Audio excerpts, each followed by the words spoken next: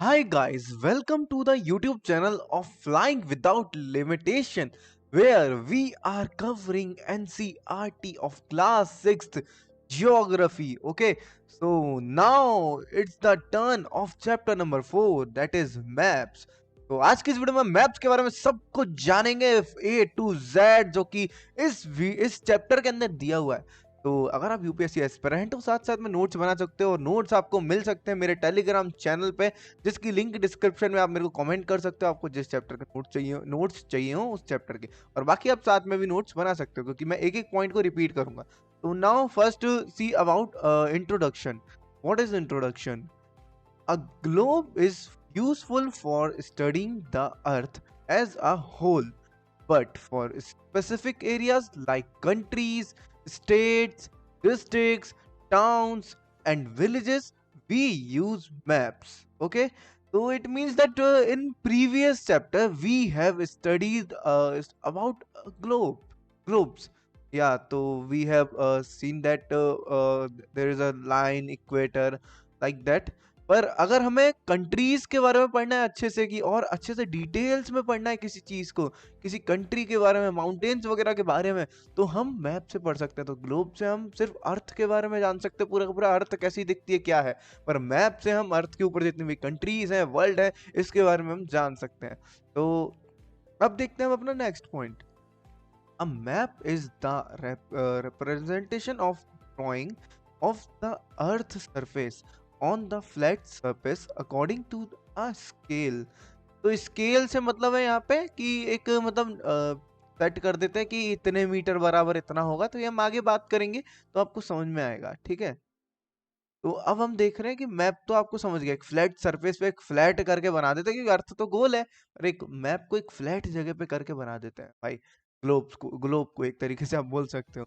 तो अब देखते हैं टाइप्स ऑफ मैप्स। मैप्स भी कई सारे टाइप्स के होते हैं, तो here is the section of types of maps. तो types of map, first first होता है फिजिकल मैप, ठीक है।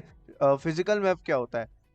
तो natural features of the earth सर्च as mountains, plateaus, plains, rivers and oceans. तो oceans, rivers, plateaus, mountains, plains, ये सारे जो फिजिकल फीचर्स हैं, ये सारी चीजें जो बताता है कि कहाँ पे माउंटेन है, कहाँ पे क्या है, उसको हम कौन सा मैप बोलते हैं? Physical map. ओके, और इसे रिलीफ मैप के नाम से भी जाना जाता है, also known as the relief map. Which map? Physical map is also known as the relief map. Next है पॉलिटिकल मैप्स। इसके अंदर होता है पॉलिटिकल मैप्स। तो पॉलिटिकल मैप्स क्या होते हैं? देखो, तो cities, towns, villages, countries and states with their boundaries. तो जो सिटीज, कंट्रीज, बाउंड्रीज, ये सारी चीजें बताते हैं, वो कौन से मैप होते हैं? Political map. और अगला है थीमेटिक मैप्स।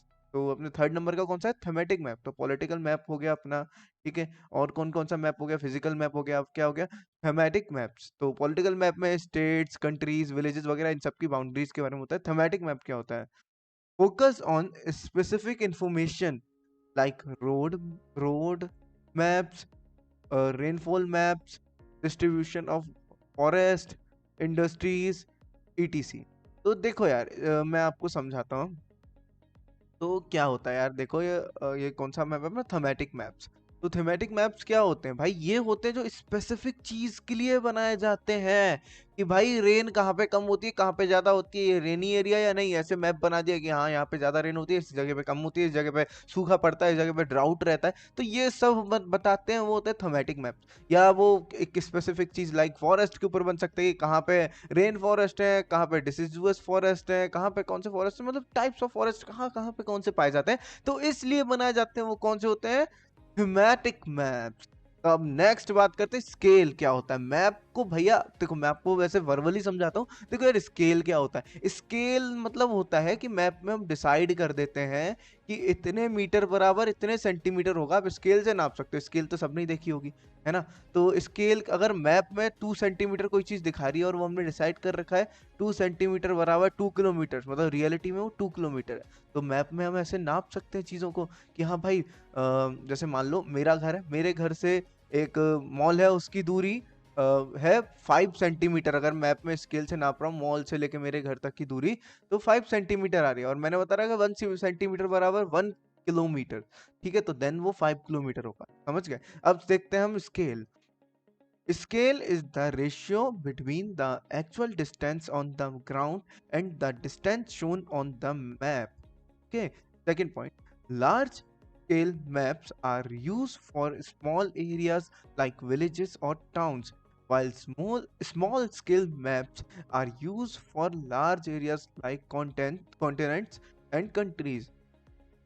तो एग्जाम्पल के लिए यहाँ पे 1 cm on the map represents the 5 km on the ground.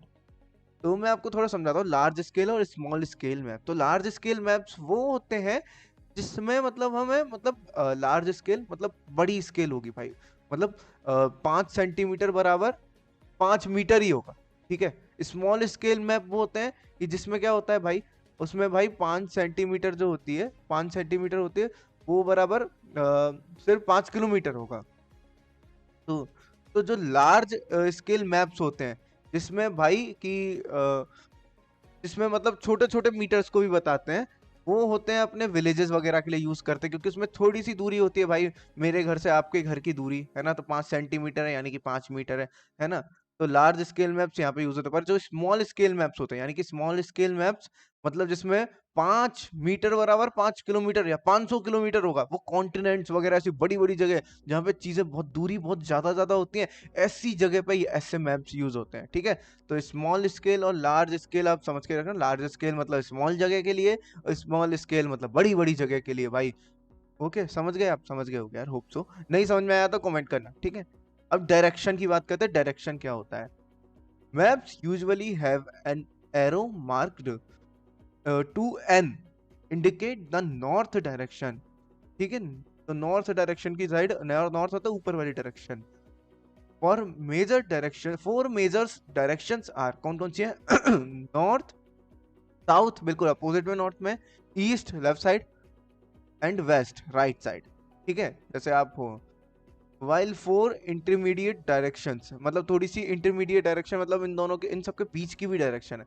जैसे जहाँ पे नॉर्थ और ईस्ट मिल रही है तो उसे नॉर्थ ईस्ट बोल देते हैं, जहाँ पे नॉर्थ और साउथ मिल रहा है वो वाला पॉइंट है ना, नॉर्थ और साउथ तो मिल नहीं सकता, सॉरी, नॉर्थ और वेस्ट मिल रहा है तो उसे नॉर्थ वेस्ट बोल देते हैं। जहाँ साउथ और ईस्ट मिल रही है ना उसे साउथ ईस्ट, जहाँ पे साउथ और वेस्ट मिल रही है तो उसे साउथ वेस्ट बोल देते हैं। ठीक है, तो SW SE ये सब इसलिए लिख रखा है। ठीक है, तो भाई फर्स्ट फर्स्ट लेटर ले रखे हैं, कोई सीधी सी बात है।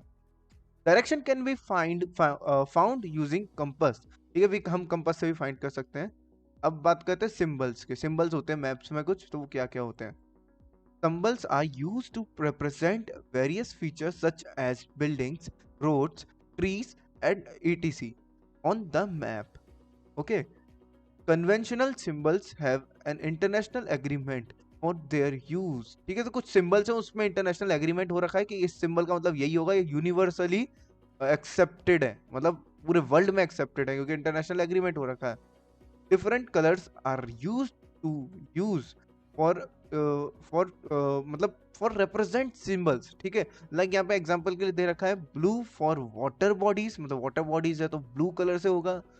brown for mountains, okay, yellow for plateaus, and green for plains. Okay, so these are some common symbols. You have to learn this for your exam. Sketch maps, sketch maps क्या होते हैं? Sketch maps यार समझ ही रहे हो, word से ही पता चला है, स्केच करके बना दिया। A sketch is a drawing based on memory and observation without scale. Okay, तो एक ड्राइंग बना दी एक जगह की, भाई यहाँ पे ये ऐसा है, यहाँ पे इस साइड में ये है, उस साइड में वो है, मतलब यहाँ पे कोई स्केल से मतलब वो नहीं है कि स्केल से हम नाप नहीं सकते इतनी दूरी है, क्या दूरी है क्या नहीं है, सिर्फ एक ड्राइंग बना दी है कि मेरा घर है, मेरे घर के बगल में ये है, मेरे घर के सामने पेड़ है ना, ऐसे। It is helpful when rough drawings are needed to show directions और लोकेशंस। ओके, अब है नेक्स्ट है प्लान मैप्स। कौन से maps? Plan maps. Plan maps क्या होते हैं? Plans are drawings of small areas on a large scale. Okay, provide detail information that can not be shown on regular maps. Okay, layout of a room conclusion. अब conclusion पे आ रहे हैं हम, पर पहले हम इसको प्लान मैप्स को अच्छे से देख लेते हैं यार। सुनो, तो देखिए यार, प्लान मैप्स होते हैं जैसे कि आपने अपने घर के लिए जैसे आर्किटेक्ट के पास गए कि हमारे घर का नक्शा बना दो यार, वो प्लान मैप है कि कहाँ पे रूम होगा, कहाँ पे बाथरूम होगा, कहाँ पे क्या है। तो स्मॉल सा एरिया है उसका, उनने पूरा का पूरा डिटेल में, यहाँ पे बाथरूम है, यहाँ पे गैलरी गई है, ऐसे घर वगैरह के नक्शे वगैरह बना लेते हैं, घर वगैरह के मैप बना लेते हैं। तो ये प्लान मैप्स होते हैं। ओके, अब देख रहे हैं हम कंक्लूजन। तो अब कंक्लूजन देखते हैं, तो कंक्लूजन में क्या है। Maps serves as an essential tool for understanding and navigating that Earth surface. Okay, they are universally understandable due to the use of symbols and conventional signs. Okay, so these are the some important points regarding the maps. So I hope you like this video. You guys, यहाँ पे खत्म होता है. We are come to the end of this video. Now we have finished one more chapter of class 6th geography NCERT chapter number 4 maps.